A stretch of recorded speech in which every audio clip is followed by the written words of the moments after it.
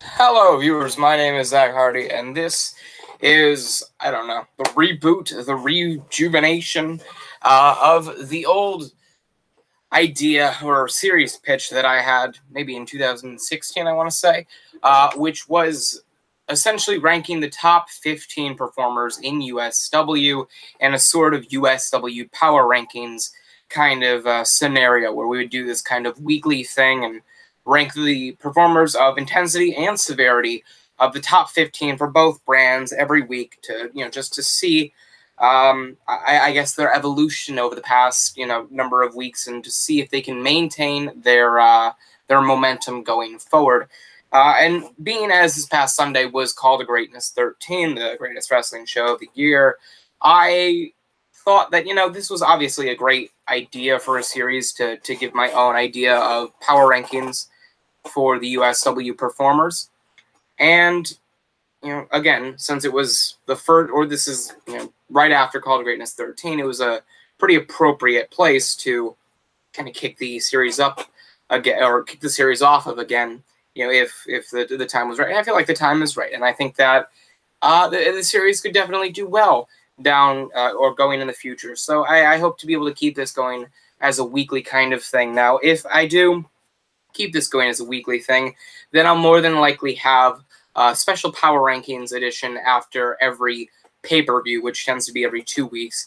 And at the same time, a Power Rankings episode every week. So, the Wednesday night intensity and Friday night severity tapings, I'd rank the performers of both shows on the list based off of their outings that week. So I wouldn't assume that the weekly shows would really change the power rankings all too much. I think it'll be the pay-per-views that have a major shift in them, but nevertheless, let's just get into the series. So essentially how this is going to work is I'm going to take the 15 top performers in USW in my own opinion based off of their momentum or their character work, their promo work, their in-ring work, their outings from the past week or the past pay-per-view, and rank them in order from worst to best. And in worst, I mean best, the last best. That doesn't make sense, but you get the point. So we go 15-1, and for those of you who don't want to watch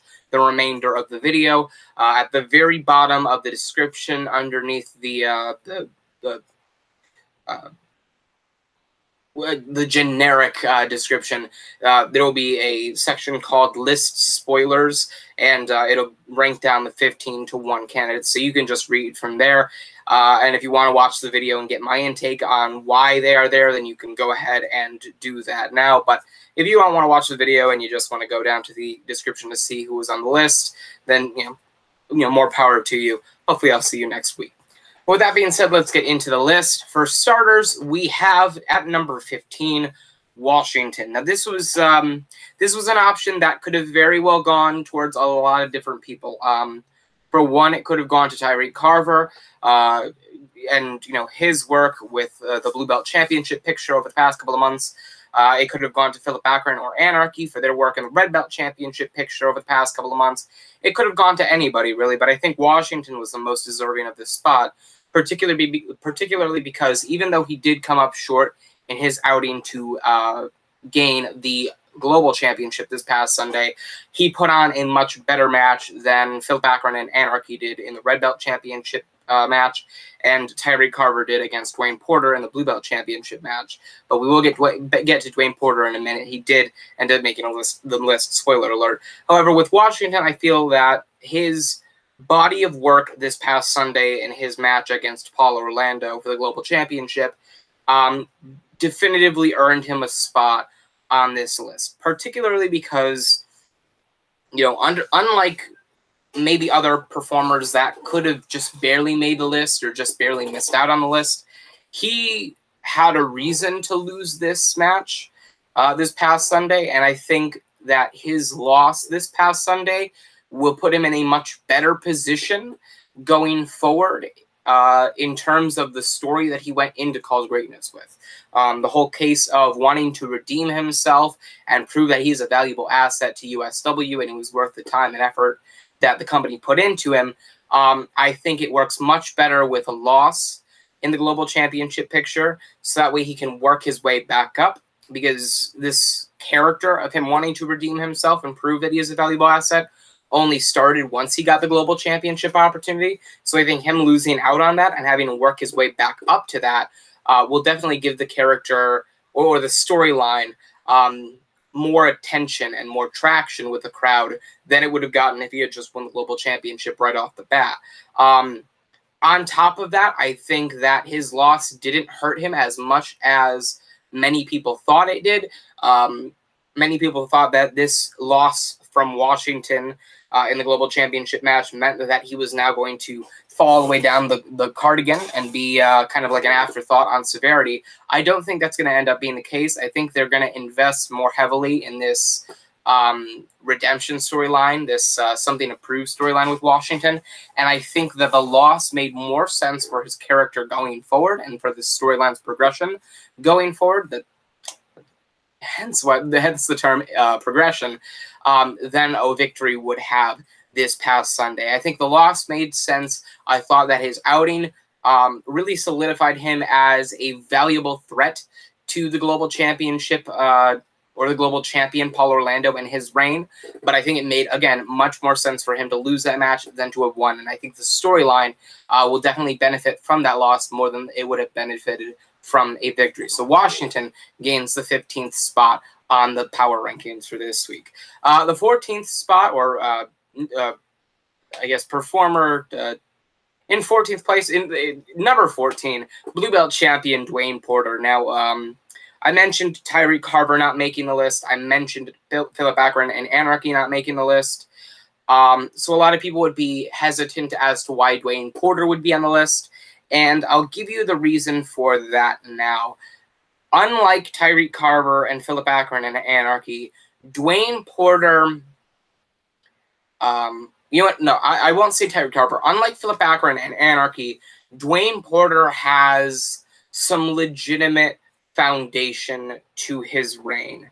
And I think at Call to Greatness, Dwayne Porter's match against Tyreek Harbour, whilst not very good, whilst not great, and match of the night quality, he went into that match and came out of that match with that foundation of, yes, I am a valuable Blue Belt champion.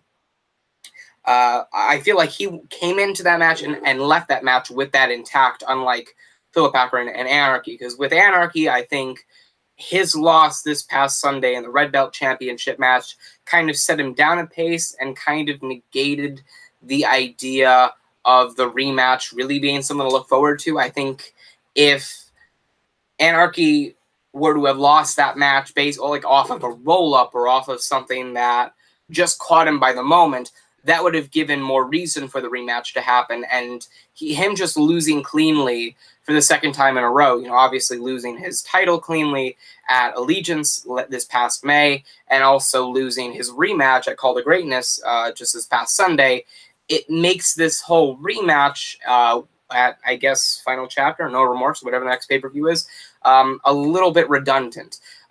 So that's the reason for why Anarchy isn't on that list. Philip Akron didn't make this list because even though Dwayne Porter and Philip Akron won their respective championships, I believe at the same fucking show, Philip Akron hasn't really had a foundation with the Red Belt Championship before. If it was the Blue Belt Championship and the positions were switched, then I would say Philip Akron would have made this list rather than Dwayne Porter, because Dwayne Porter wouldn't have had the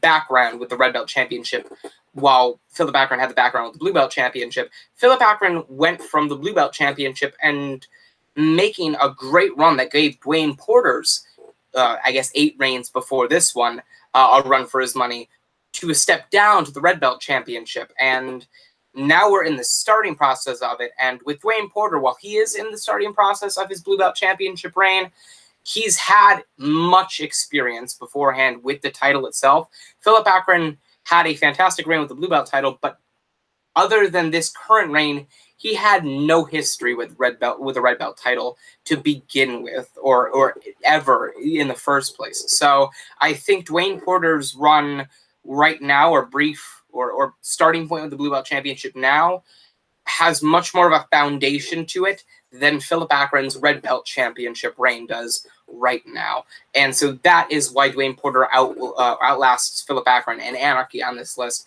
The reason why Dwayne Porter outlasts Tyreek Carver on this list for the Blue Belt, or for, as Blue Belt champion, or out of the Blue Belt Championship match this past Sunday, is particularly because Dwayne Porter's story for the future, I think, holds much more value than Tyreek Carver's will in the future. And I say that because the whole story between the two is Dwayne Porter is I'm going to say it right now, despite Philip Akron and Dustin Raymond giving him a run for his money, Dwayne Porter will go down in history as one of, if not most likely, the best Blue Belt champion of all time. And so his story going forward is he carried that Blue Belt title for years and finally moved up to the USW title picture and just couldn't cut it. And he fell down the ladder for so many months, and I think 2 years, until he got back to the Blue Belt title picture, won the Blue Belt title, and is determined to make it back up to the top of the mountain and actually run with that opportunity this time instead of squandering it. And I like that story more than Tyreek Carver's of he was just establishing himself as a firm Blue Belt champion and then lost it and fell downhill. I think his redemption story over the next couple of months will be a fantastic one to watch. It will be filled with a lot of character development, and I think his story eventually will culminate with another Blue Belt championship reign, but I don't think it'll be anytime soon. And by that, I don't think it'll be anytime before the middle of the summer, probably in the beginning or middle of the fall. But you will definitely see that come to fruition where he works his way back up to the Blue Belt championship picture, and then that's when he will establish himself as the firm Blue Belt champion, and nobody will knock him off at that point in time. Because if you recall, he was a protege to Philip Akron for months in Akron's Blue Belt championship reign leading up to Bulletproof, in which he was involved in the four-way dance with Prophecy and Hernasli, and he ended up beating his former mentor to become the new Blue Belt champion. So it was that kind of thing.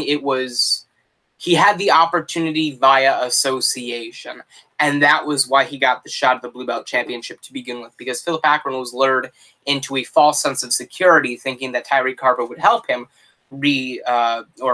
retain the Blue Belt championship, when in reality, Tyreek Carver took advantage of that opportunity that he only had because of his association with Philip Akron that led him to the Blue Belt championship to begin with. So I think him earning his way to the Blue Belt championship legitimately and then earning it or regaining it in a more face type of fashion will be much better suited for Tyreek Carver in the years to follow for his career. And I like that idea, but considering Dwayne Porter's story offers more for Dwayne Porter than Tyreek Carver's story offers more offers for Tyreek Carver in the shorthand, over the next couple of weeks, Dwayne Porter will be positively impacted by his story, while Tyreek Carver will have to wait a couple of months before he starts getting the benefit from his storyline. That's why Dwayne Porter's beating out Tyreek Carver on this list, because I think in the long run, Tyreek Carver will be affected better than Dwayne Porter will be via the respective storylines. But I think in the short time that we have, the next couple of weeks, Dwayne Porter will absolutely, undoubtedly be left off in a better position than Tyreek Carver is now. So that is why Dwayne Porter holds the 14th spot on this list. My 13th spot and 13th position is Capital of the Mobocracy. And I was very tempted to switch the bottom three around, with Washington being in 14th place, Dwayne Porter being in 13th place, and Capital being in 15th place. But I thought twice about my decision, and I made a conscious decision to put Capital ahead of Washington and Dwayne Porter, because I think that Capital's easy victory over Yo-Yo Joe at Call to Greatness 13 is going to have a bigger effect for him, and especially the Mobocracy going forward, than a lot of people think it will or are giving it credit for. I don't... You see, Yo-Yo Joe obviously had that match for a multitude of different reasons, and I think one of the biggest ones was to give the veteran his shot or his spot on the biggest card of the year. However, there's no fucking way that they would have essentially jobbed out Yo-Yo Joe to Capital in such quick and dominant fashion without a specific idea for the near future in mind. I think it would have been a much more competitive powerhouse brawl of a match at Called Greatness if it was supposed to be something that was supposed to balance them out.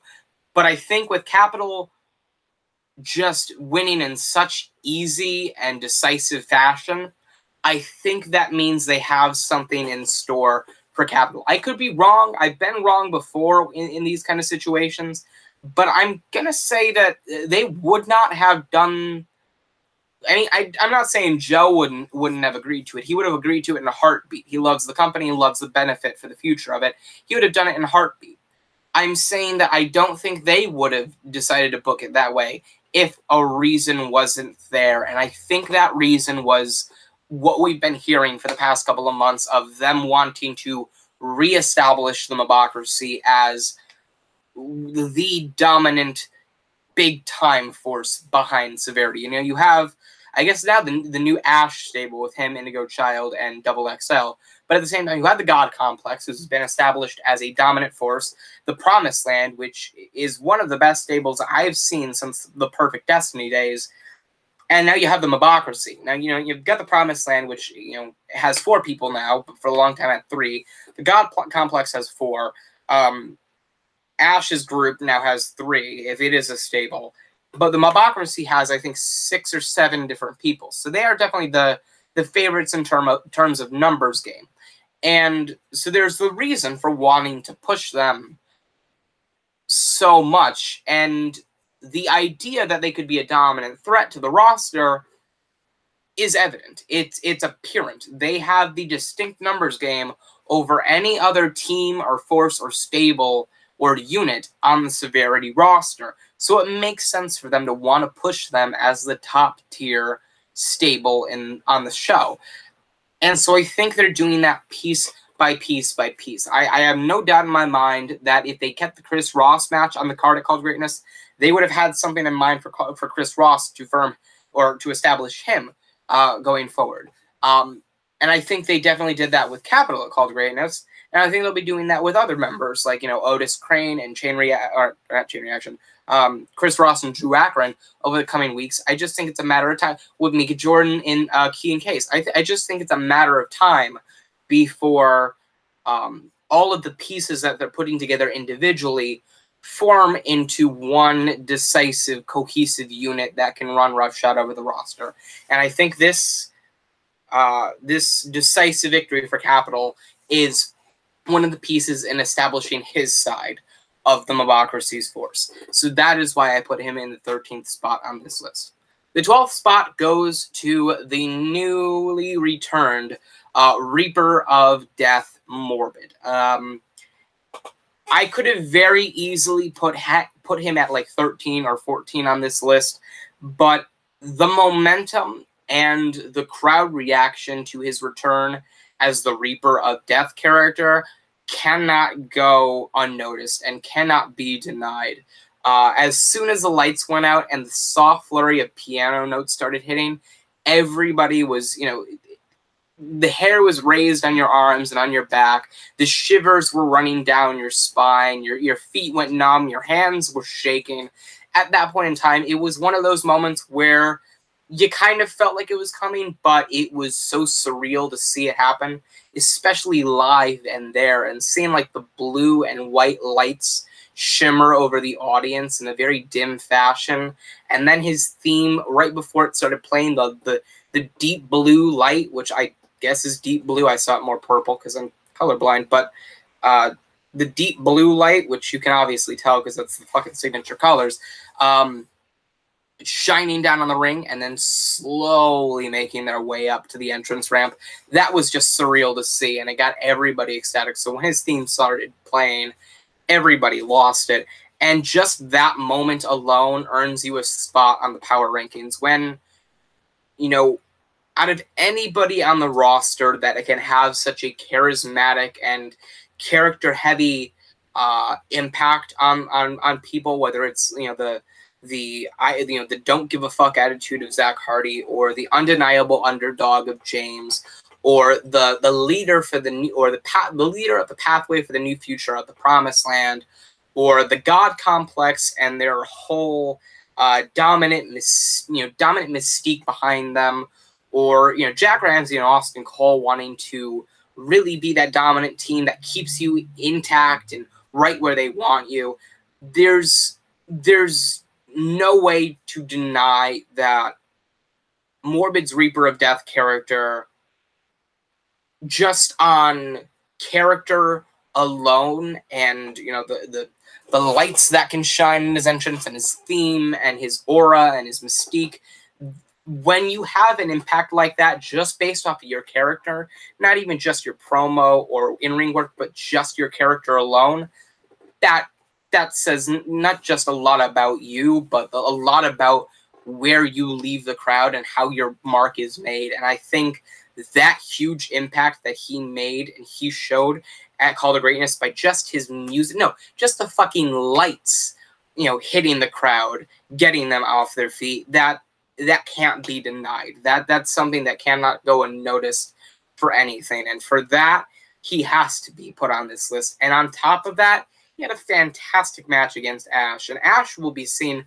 on this list later on just for his beautiful selling of fear, like legitimate, passion-filled, natural fear to seeing his own Reaper of Death in front of him that he brought forth to himself was beautiful. But for Morbid to really to beautifully replicate in terms of the fact where he can just stand there and give off this vibe of he is coming to just end you completely, that again, that can't go unnoticed. And when he can put that so well with his in-ring work, I mean, that match with Ash was unlike so many that we had seen, you know, the night before. You know, in terms of Call to Greatness 13, you know, the Key and Case match was hardcore demolition derby. That was that match of the night. James versus Mr. Anthony was the technical match of the night. Majagetta versus Cannon was the anticipation match of the night. Zack Hardy versus Kyle Reese Jr. was the stipulation match of the night and the anything kind of can happen match of the night. Morbid versus Ash was the character-based and character-driven match of the night, where Ash had to sell fear and the fact of, I have to find a way to win this. And Morbid Morbid, you know, being tasked with the I'm back to my natural, you know, habitat. You brought this upon yourself. Now try to deal with me. That being put into the match and having that be the match in general and having it be so well put together, both men deserve to be on this list, and Morbid especially. But it's kind of telling how good a lot of performers had to prove on the Call to Greatness card for him to be in 12th. But nevertheless, Morbid makes it onto this list with the 12th spot. In the 11th spot, we have the aforementioned God Complex, consisting of Octavian, Ophion, Artemis, and Aphrodite. This, I mean, there's not much I can say about the God Complex's match at Call to Greatness that I hadn't already said in my review. I would have put Alicia Sinclair on this list, but by technicality, she's not a consistent roster member, and she's not definitively on Severity or Intensity, despite the fact that she was a part of a Severity match, or a match that took place under the Severity umbrella on Call to Greatness. She's not assigned to either brand, so therefore I can't place her on the list. So with that being said, the God Complex absolutely has to be on this list. For one, their show at Call to Greatness of the fucking Mardi Gras inspired outfits was just completely unheard of and awesome to fucking see. The fact that they don't tend to wear heavy face paint, it tends to be a lot of blues and charcoals and whites. For them to have the fucking orange and the blue and the green and the just beautiful designs overall, and in the skeletal kind of fashion was awesome to see. And it was really nice to see them add a new layer at the one show where it made the most sense. And on top of that, the match that they had was fantastic.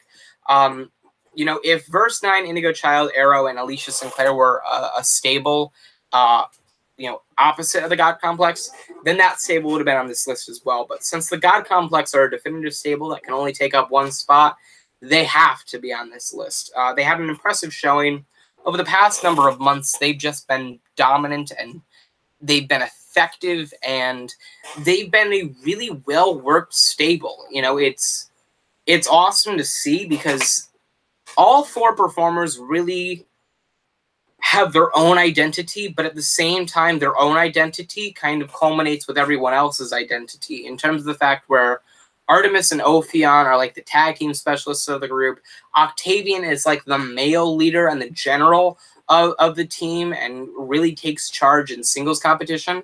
And Aphrodite is like the glue that holds it all together. And while Octavian may be the general, she's like the one in charge. She's the commander, the leader.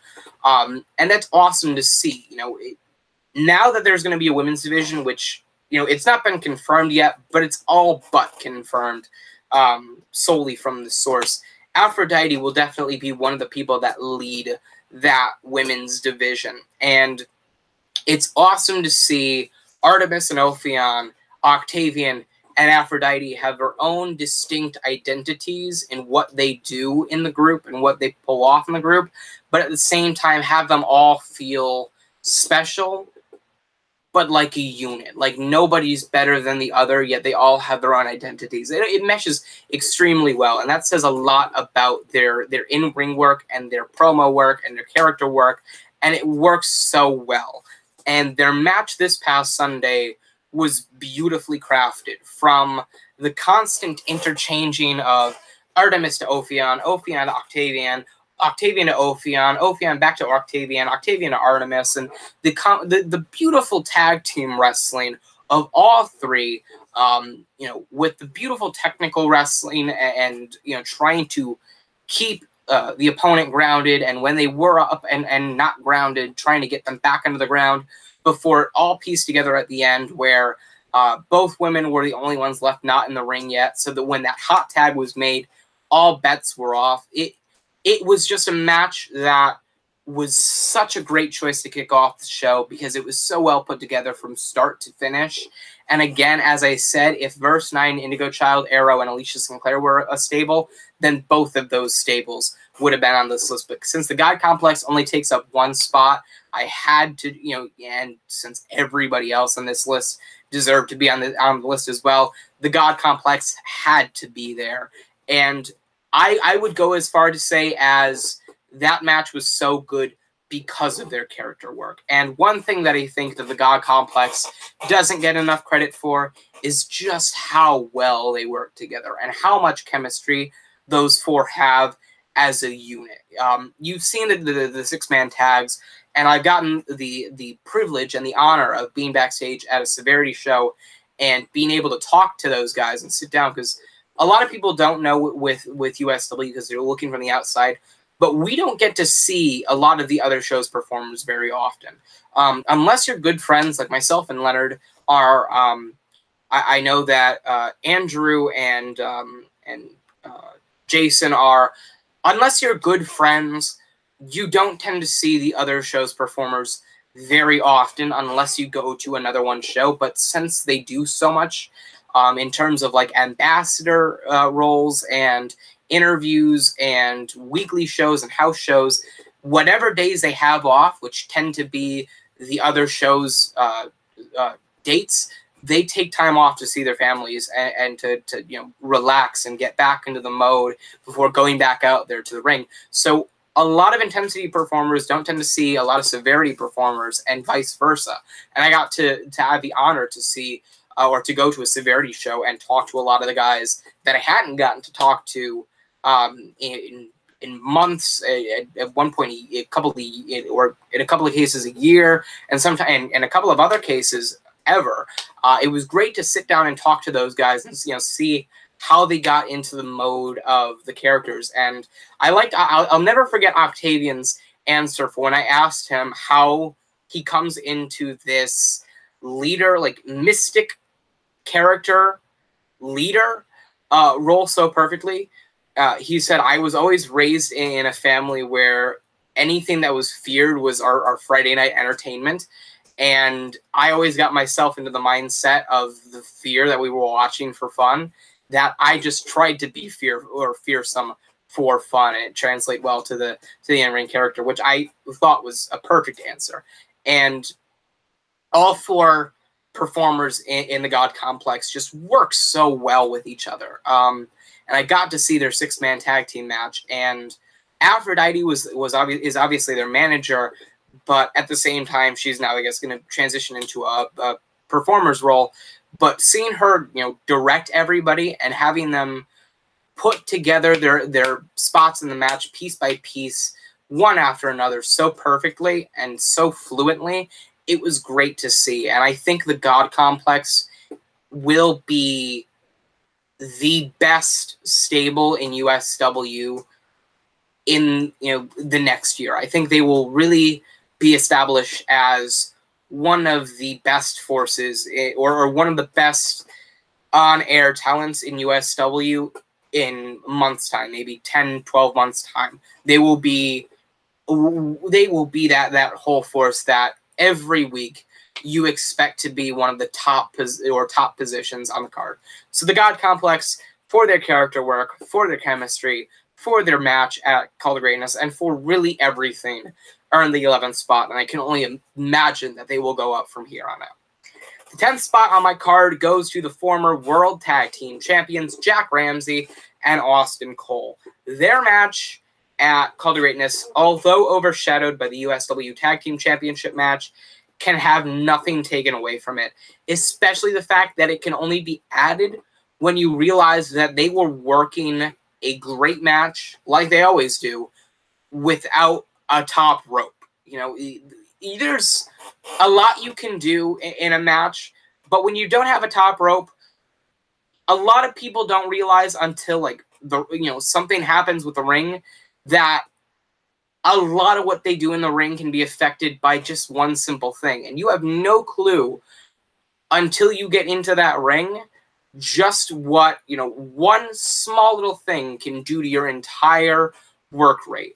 And when you don't have a top rope, you can't do a lot of things. For one, you can't do high-flying maneuvers from the corner. You can't run from the rope, so you can't do Irish whips unless you're going into the corner. And in that case, you have to work very cautiously. You can't do springboards the same way. You can't do anything really across the edge of the ring. And on top of that, you have to work around the fact that now you have to really keep this match in the middle of the ring and away from the edges.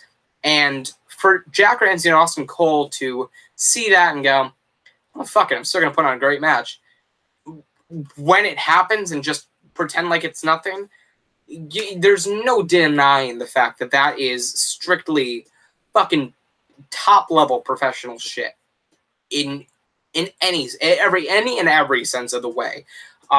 Jack Ramsay and Austin Cole are a fantastic tag team. They are fantastic talents, and there's no denying that they are right now one of the best tag teams USW has seen in maybe the past 2 or 3 years. And it's funny to see how they went from just jobbers on intensity to the top-level tag team on severity for months on end. They constantly have great matches.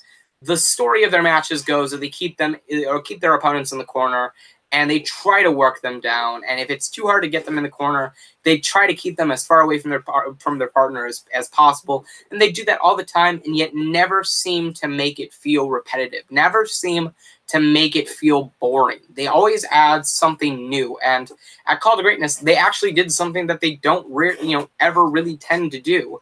Aside from like the 1 or 2 times that Austin Cole would go to the top rope, or would hit some sort of high-flying maneuver or daredevilish maneuver, you don't tend to see the team of Ramsay and Cole do springboards and top rope maneuvers and so on and so forth. They don't go high risk very often. So when you see Jack Ramsay hit a springboard, albeit from the top of the middle rope to the outside of the ring, and Austin Cole hit a fucking 450 splash to the outside after running over the middle rope, that's something that it's like, oh, holy shit. That's like Batista going to the top rope. It doesn't happen often. So when it does, it's like, oh, camera moment.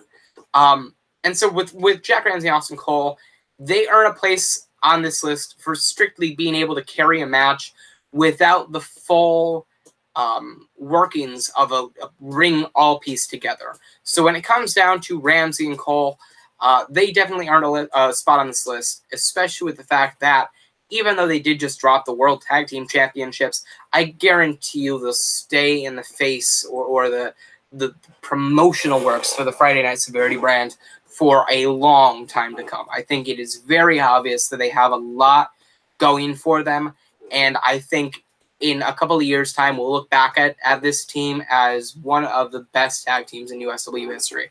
And I love how over the past couple of years, we've seen, I mean, such great level tag teams come into the works out of what seems like nowhere. Ezra Kills and Benny Franklin go down as probably, to me, the best tag team in USW history. Jack Ramsay and Austin Cole are consistently proving their doubters wrong and having great match after great match after great match. You're having Blaine North and Tanner Wallace, and now Blaine North and Samuel North, and maybe in the future Tanner Wallace and Samuel North, just be this great, formidable tag team threat from the Promised Land. You have Artemis and Ophion, which are slowly but surely moving their way up the tag team divisions. You have MP45, which came out of nowhere and shocked everyone. You have the Marvelous Brothers in Arms recapturing and rekindling that fire that they had a couple of years ago. And with that, it's like they give the Switchblade and Blade, Martin Brothers, Old Gringo and Fernandez, CED and ED, era a run for their money. And I'm loving witnessing it. And Jack Ramsay and Austin Cole, I think, are the poster child for tag team wrestling in USW right now. And so for that and their match at Call of Greatness, they earn a list or a spot on this list. In ninth place, I have the former #1 contender for the USW Championship, Mr. Anthony. Now, if this was a month ago, I doubt Mr. Anthony would have gotten anywhere on my list. I think he probably would have been in the mid to late 20s. But that being said, I don't think I've seen a performer prove doubters wrong to the level that Mr. Anthony did at Call to Greatness. A lot of people expected him to go into Call to Greatness. Now remember, this is a guy that worked for Northeast Wrestling for years. This is a guy that worked at small level indie shows for years and still does that. But on top of that, made his way to USW, was heavily looked forward to, and made a splash immediately. And although fans were not on board with him winning the Insanity match and immediately getting this opportunity at the World Championship in USW, and people thinking that the company ruined him right from the get-go, he walked into Call of Greatness in front of 8,000 people, which is not something you do on a day-to-day basis unless you're in New Japan or the World Wrestling Entertainment, and had one of the best matches on the night. And I think pure wrestling standpoint was the best match of the night. You had the Morbid versus Ash match was character driven. The Key and Case match was hardcore weaponry driven. Marvelous Brothers in Arms and Martin Brothers was climax driven.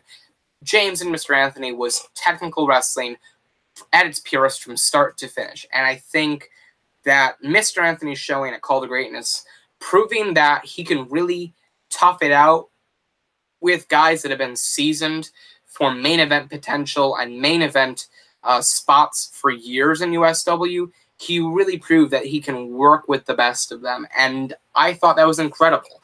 I mean, if I was a guy that worked in small level indie companies for 10 years, never making it past, a 250 seat venue, I guarantee you that if I had walked into a promotion one day and only had a handful of shows where I was in front of like 2,000, 3,000 people, that when I had my first World Championship match in front of 8,000 people, I think if I was in that position, I would be a bit, not even a little bit, but quite a bit thrown off my game. And Mr. Anthony wasn't. He walked into that building and was like, well, this has grown by about 40 times what I'm used to. Fuck it. You want to watch me? Sure, I'm going to put on a great match nevertheless. You enjoy the show and just own the fucking night. That's unheard of, and that's obscene. I mean, think about guys like myself and Majagetta and Kenan and Joe and Western Light and Morbid and Carter who competed in WOW back when it was in a backyard in Niantic, Connecticut, in front of 50 to 100 people. At that point in time, it's like, okay, if you start moving up immediately, then it's a little nerve-wracking. But we didn't go from 50 to 100 to 8,000 immediately. We went from 50 to 100 in Niantic to a couple of hundred in an Armory show in Niantic to another Armory show where we had just a little under 1,000 or close to 1,000. We were then in a position where we had a building that offered seating for 2,000 people and really had to get the name out, and then transitioned to the Matthew J. Casey Memorial Coliseum where we had about 5,000. And at that point in time, it's like we gradually increased.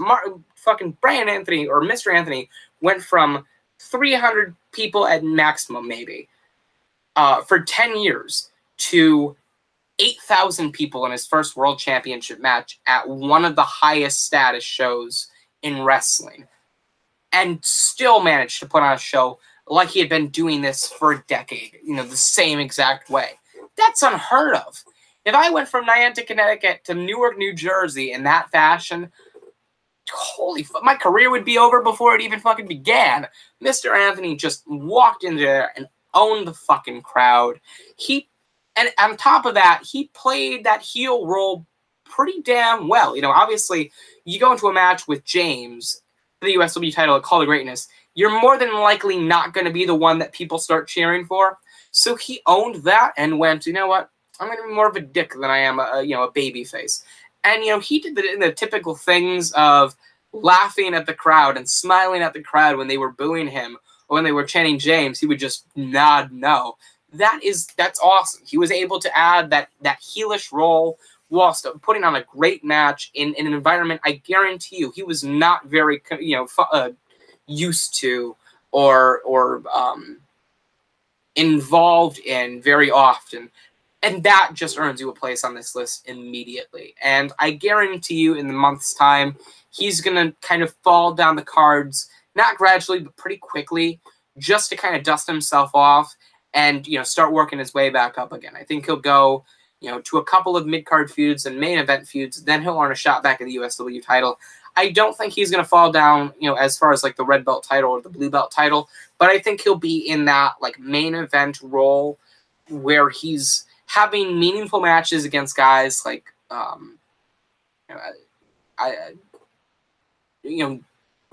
James and Tyreek Carver and Philip Akron and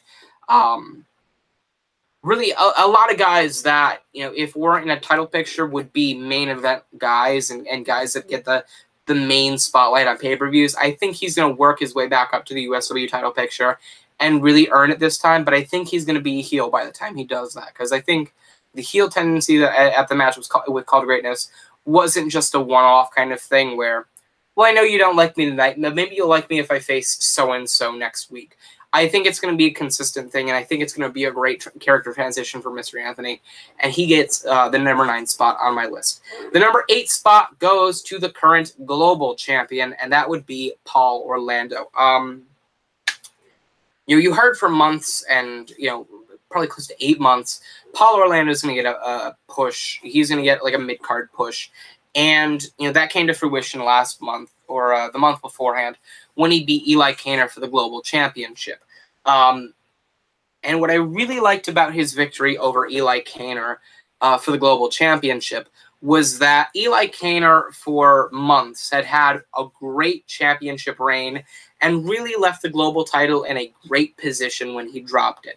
So when Paul Orlando picked up the global title and had to keep that momentum going for the title and keep that establishment rolling, he was given a big task to fill, especially with a title, you know, relatively new, like the global title, which has only been around since 2016. And I think he's done extremely fucking well with it. So far, of course, he had a great match, a couple of great matches with Eli Kaynor. And I think he had another great match with Eli Kaynor a couple of weeks ago on Severity. He had a great match against Washington at Call to Greatness past Sunday, and I think that's going to keep rolling. I love the fact that he did retain the global title at Call to Greatness. I thought that was a shoo-in. And I think over the next couple of months, he's just going to get better and better and better. And I think when it's all said and done, the next person that, you know, and eventually beats him for the global championship will have a much tougher task than Paul Orlando did when he took the global title from Eli Kaynor. I find that Paul Orlando is one of the most technically sound wrestlers on the Severity roster today. I think he can have a fucking fantastic match with a fucking sex doll. He's just one of those talents that I think is so underrated in terms of the fan eye that he almost uses it to the perfect extent where he gets himself in the public eye because of it. And it works really well because, you know, when he's when he's flying under the radar, he can just have a great match out of nowhere and people go, "Oh, look over there, it's Paul Orlando." When they're looking at like Majagetta and Cannon, it's like, oh, career on the line. Oh, there's Chris Ross, there's Alexander Rotten, Morbid's the Reaper again. Oh, hey, Paul Orlando had a great match over here. Guys, over here, Paul Orlando had a great match. I think that's fucking fantastic, and I think that's, you know, an extremely impressive thing to do, to be able to just like fly under the radar at times and then have a great match out of nowhere and immediately go have people like who are looking at like the main event spots, like the Ash versus Morbid and Majagetta versus Cannon and the Alexander Rotten and the Morbid, or not Morbid, Chris Ross position, the Mobocracy, the God Complex, to the point where, you know, they're paying attention to all this and you can catch their attention just like that at the snap of your fingers. And that's incredibly impressive. And I think it's to the point now where he's been so underlooked that now people are getting used to him being there, to the point where they're like, oh, okay. That's a great promo over there. Oh, right. Oh, that's awesome. He's going to be a great champion. Oh, yeah. I should get a cannon. Yeah, that's right. You were both great champions in WOW. Another great promo from him. All right. Morbid and Ash. Oh, they're teasing the Reaper coming back. Oh, Ash, you're picking a big... Oh, you're kidding me. Paul Orlando and Eli Kaynor out another great... This guy can't be stopped. Holy shit, this is incredible. What's Paul Orlando do now? Okay, he's over there. It's like he's always in the corner of your eye. You can't...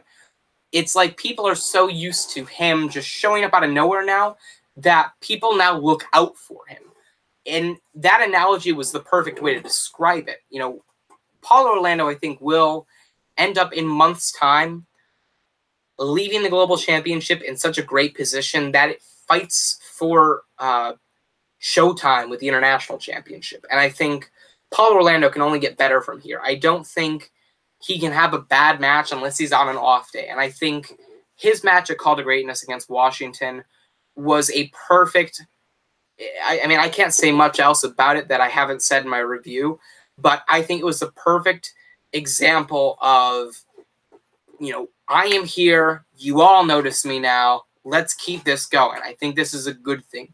Maybe I go from there to your attention front and center and, you know, Capital and the Mobocracy or Ash's group and so on and so forth can be in there. But I think I belong there now in front of you. So it's like you have like 8 TVs there and you have 4 that's like, oh, yeah, that's pretty cool. What's over here again? It's just, you know, this is the most important stuff. Maybe something good will happen over here. I think that's that TV, that's a 9th TV in front of you. I think Paul Orlando is just great. And I think that his momentum over the past couple of months with great matches against Eli Kaynor, a strong start to the Global Championship reign, a strong match at Call of Greatness, and what seems to be like an impressive feud that may have the potential to be one of the best feuds of the year with Washington can just add to it. And I think after his match at Call of Greatness and his showing, and I think his future and his momentum from the past couple of months really earns him the 8th spot on this list. So Paulo Orlando, the Global Champion, at number 8 on the Power Rankings. Number 7, and this may be a shocker, but number 7, the number 7 spot goes to the current World Heavyweight Champion, Majagetta. I personally, when watching the show, I mean, I'm going to say that the match was extremely, not extremely, but somewhat overlooked because of the fact that it happened, or it started 7 hours and 55 minutes in. But I would say that Majagetta versus Kaynor didn't get as much attention as it quite should have. However, I think it was a fantastic match, and I think it was a great match for what the stipulation was. One of those guys was going to leave USW, so the match and how it played out made perfect sense. I think Majagetta has always been a great World Heavyweight Champion, especially over the past year. He's been one of the best heels that the company has ever seen now. Whenever he's a heel, he's just a fantastic heel, to the point where they tried making him a face, but realized he's such a damn good natural heel that they switched him to a heel going into Call of Greatness immediately at the start opportunity. And I think that speaks volumes. And I don't think I think that whole punishment from the assaulting the fan scandal from last November or last October, I think that's all out of the minds now. I think Majagetta is going to have a fantastic run as the World Heavyweight Champion. I think he's going to go far. I think he's going to have a couple of great feuds with guys like Chris Ross and Morbid and Ash. And I'm really looking forward to what the future has for him. Now, the reason why I don't think he ranks as high as as like the top 3 or 4 on this list is because he just captured the World Heavyweight Championship, so there are a lot of ifs, ands, and buts for the near future. He was just jumped in this position a month ago, so he just got into this position. I think he's definitely proved that he can be a fucking great World Heavyweight Champion and a despicable heel. I just think that there's a lot of unanswered questions that have to do surrounding the World Heavyweight Championship reign that he has right now for him to be any higher on this list. I think he will be great, and I think his stock will only go up in the coming weeks, in the coming months. But I think for now, he stands at a stern and strict 7th spot and 7th position on my list for now. The 6th spot on my USW Power Rankings chart goes to Zack Hardy. And the reason for that is because, for starters, since January, Zack Hardy hadn't had a bad match. He had a fantastic outing for the USW title against Hernasli at Insanity. He had a great showing against James at, I want to say, No Forgiveness and Allegiance, where he lost the title and failed to regain the title. And he had a great story going into Call of Greatness 13 in terms of the fact where he lost the USW title at No Forgiveness, and at Allegiance, he was just steps away from regaining the title, but got cost the title by Kyle Reese Jr. So when it came down to Call of Greatness, you knew that the clear direction in mind was a match against Kyle Reese Jr., but then he added more to it. It was going to be, he's going to put his career on the line, and in return, Kyle Reese Jr. would put his position as general manager of the Wednesday Night Intensity brand on the line, which would effectively end this reign of tyranny of Kyle Reese Jr. on the Intensity brand. And on top of all of that, it was going to be a match held inside of Hell in a Cell. And I thought that was the perfect stipulation. I mean, when it comes out of this kind of position, there are only a boatload of different ways you can have a great match with somebody that's working injured and the other person not having a lot of wrestling experience. And out of all those positions, you could have the no disqualification match, but then you'd have to rely very heavily on weapons, so it'd have to be a more hardcore-oriented match. you could rely on a steel cage match, but at that point in time, it's more confined, and the ways of winning kind of overshadow the match itself. But inside Hell in a Cell, it's just a regular match, but with the capability of going fucking balls to the wall, all out carnage. You know, weapons can be added in. You know, you can throw somebody against the cell and they'd be busted open because of just the sheer mesh of the cage and just the steel and the unforgiving steel of the cage. And on top of that, having it all kind of be in, like, the cage itself or the cell itself being such a force, you know, an existential force to the performers in the ring. And I thought that whole match was put together so perfectly in terms of stipulation and match type. And at Call to Greatness, obviously the story was that, you know, either one was going to leave USW or the other was going to drop his position as showrunner for Intensity. And in the weeks beforehand, it was really up in the air because Zack Hardy has a band, Zack Hardy has a new company coming out, so he had a lot of attention that he could have put elsewhere. And meanwhile, Kyle Reese Jr., in storyline-wise, it would make sense for him to lose opportunity to continue to rule over the Wednesday Night Intensity brand. So it was believable for either performer to lose, but I think it was more believable for Kyle Reese to lose because it made more sense storyline-wise. And in that match, Zack Hardy performed really well. The whole pace of him having to fight off two people really added more of this babyface fight through adversity kind of shtick to the match, which I thought worked extremely well in the situation at hand. And just the overwhelming, I mean, the small little things of, you know, selling the 450 splash through the table on the outside, fucking German suplexing security guy Mark, or security man Mark, 26 times, and then hitting the Hardy at faceplant at Kyle Reese Jr. and bringing that back for the first time, as well as bringing out the small little things like the knockout kick and the mule kick, which were two things that you hadn't seen in years, and the 450 splash, which, and the spear, obviously a litany of different things he did there. But it all worked very well together, and he brought out all the stops to be able to walk out the victor, and eventually did win that match. And so now the story kind of goes farther, and we see what will happen, you know, this Wednesday, and what goes forward, and what happens going on from there. And I'm really looking forward to that. So with the fact that he's had such great matches over the past couple of months, he had a great showing at Call of Greatness despite having to work against a lot of different things. The storyline was a fucking great storyline, you know, in terms of the situation. The match was well put together, and the future looks interesting and promising for him. That's why Zack Hardy earns the 6th spot on my list.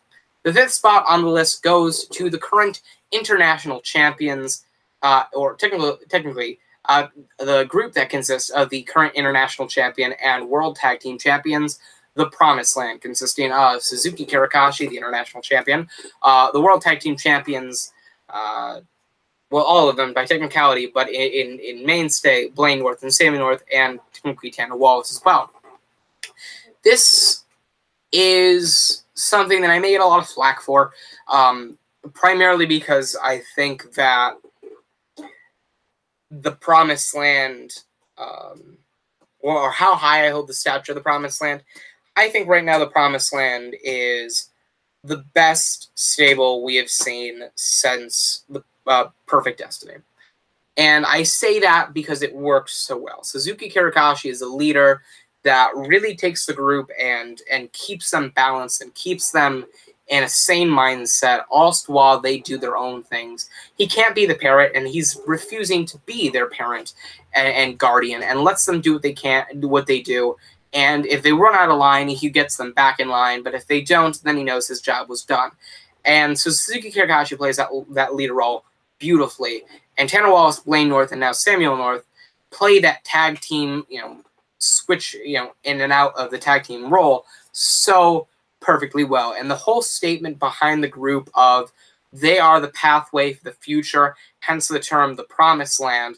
You know, you are a part of them, you are a part of the Promised Land, you are walking towards the Promised Land, and you're only going to be left in a better spot, you know, than you were before you joined them.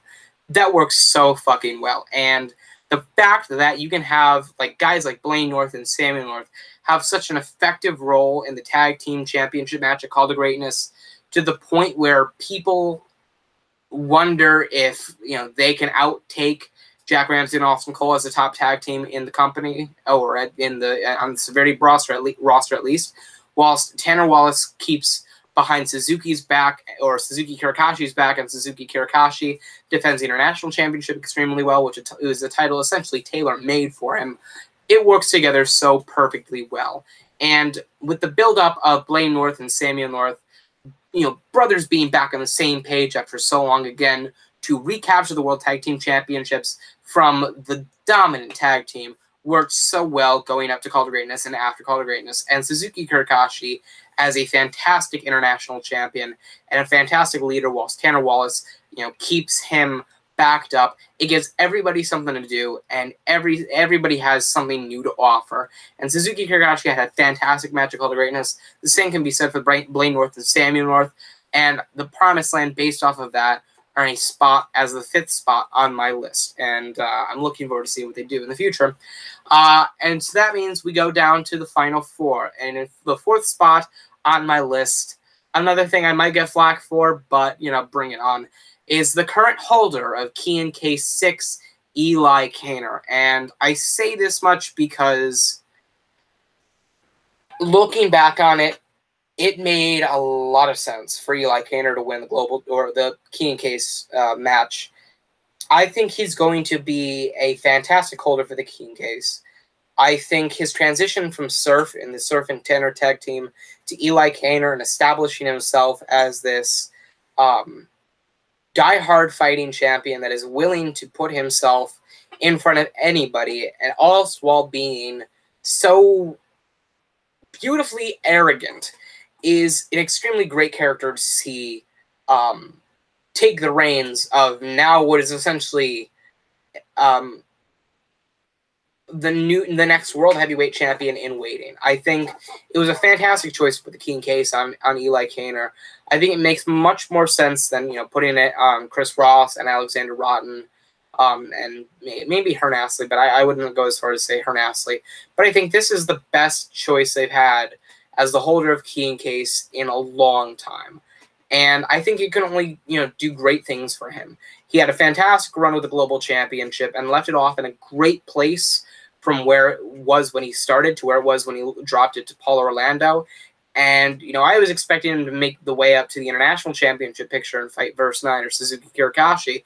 But, I think they missed out on something that they may capitalize on in the future. But having Eli Kaynor face Suzuki Kirikashi of the Promised Land, which also consists of Tanner Wallace, a.k.a. Tanner, from the tag team Surf and Tanner, which Eli Kaynor was a part of as Surf, the pieces pieced together there. I think they missed out on something great there that I think they will capitalize on in the future. But I think Eli Kaynor as a Key in Case holder will do fantastic things for him in the future. I think his stock is going to go up. I think he proved himself as a great champion with the Global Championship, establishing a title that had never really been established before as a title you want to fight for and you want to hold. I think that proved that he can really hold a title and make it mean something given the right booking, and I think he'll do the same thing with the World Heavyweight Championship or USW Championship, but most likely the World Heavyweight Championship. So Eli Kaynor for that earns a spot on my list at number 4, especially for the future, because I think that Key in Case hold, or having a Key in Case in his possession, will definitely work into his near future. And with that, we get to the 3rd spot, the top 3 spots, and the 3rd spot on my list goes to Ash. A lot of things happened at Call to Greatness. For one, the build-up of Ash versus Morbid, with him trying to interrogate Morbid and trying to get Morbid to really fight back, which ultimately cost him in terms of the fact that he ended up bringing more than he bargained, or more than he chewed back with. Instead of fighting professional, it was the Reaper of Death. But he sold the fear perfectly.